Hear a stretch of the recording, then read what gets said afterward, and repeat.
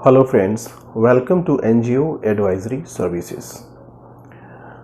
आइए हम डिस्कस करते हैं कि जिस संस्था ने अपना इनकम टैक्स रिटर्न फाइल किया है और अगर उनको रिटर्न फाइल करने के बाद जब रिटर्न प्रोसेस होते हैं तो उनको अगर इंटीमेशन मिला है सेक्शन 143 सब सेक्शन 1 के तहत इनकम टैक्स एक्ट 1961 के हिसाब से, तो उनको क्या क्या करना चाहिए, इस नोटिस का पर्पस क्या होता है और how to handle these notices, कैसे हम इसको हैंडल करें।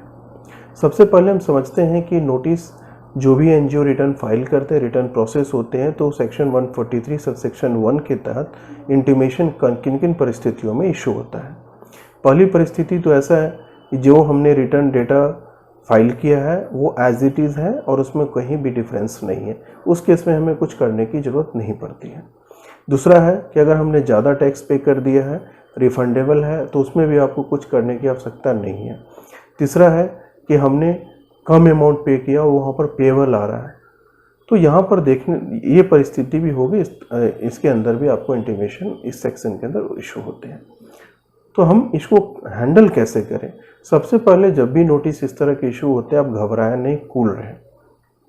इसके बाद आप देखें कि इंटीमेशन में क्या लिखा है, आपका नाम, आपका पैन नंबर, आपका असेसमेंट ईयर, ये सब चीज़ें चेक कर लें। अगर आपका ही है फिर आप देखें कि इसमें किस रीजन से लिखा है। अगर रिफ़ंड का केस है तो 100 रुपीज़ से ज़्यादा का रिफ़ंड होंगे तो आपको रिफंडेबल हो जाएगा, कुछ करने की आवश्यकता नहीं है। और अगर आपका डेटा एज इट इज़ है, कम प्रोसेस हुआ है आफ्टर कंप्यूटेशन, तो उसमें भी कुछ करने की आवश्यकता नहीं है। अगर आपने जो आपको टैक्स पे के लिए, पेबल के लिए आया है, तो आपको सारे फिगर चेक करने पड़ेंगे कि किन रीजन से आपका, बहुत सारे कारण हो सकते हैं जिसके कारण टैक्स पेबल का डिमांड आ सकता है और आप जो अमाउंट पे किए होंगे वो हो सकता है कि कम अमाउंट हो। तो पहले हमें रीजन देख के सेटिस्फाई होना है। अगर हम सेटिस्फाई हैं तो जो भी पेबल है उसको हम पे कर दें। नहीं, अगर हमें लगता है कि हम अनसेटिस्फाइड हैं तो फिर हमें क्या करना चाहिए, इस नोटिस को, इंटीमेशन को रिफ्यूट करना चाहिए और हमें टैक्स प्रोफेशनल से अप्रोच करना चाहिए और फिर इनकम टैक्स ऑफिसर से, असेसिंग ऑफिसर से मिलनी चाहिए, जो भी ये नोटिस इशू है उसको लेके, और जो आपका अनसेटिस्फैक्ट्री पॉइंट्स है उसको भी ध्यान में रखते हुए आपको मिलना चाहिए। उम्मीद है कि ये इंटीमेशन जो सेक्शन 143 सब सेक्शन 1 के तहत आती है आपको समझ में आया होगा।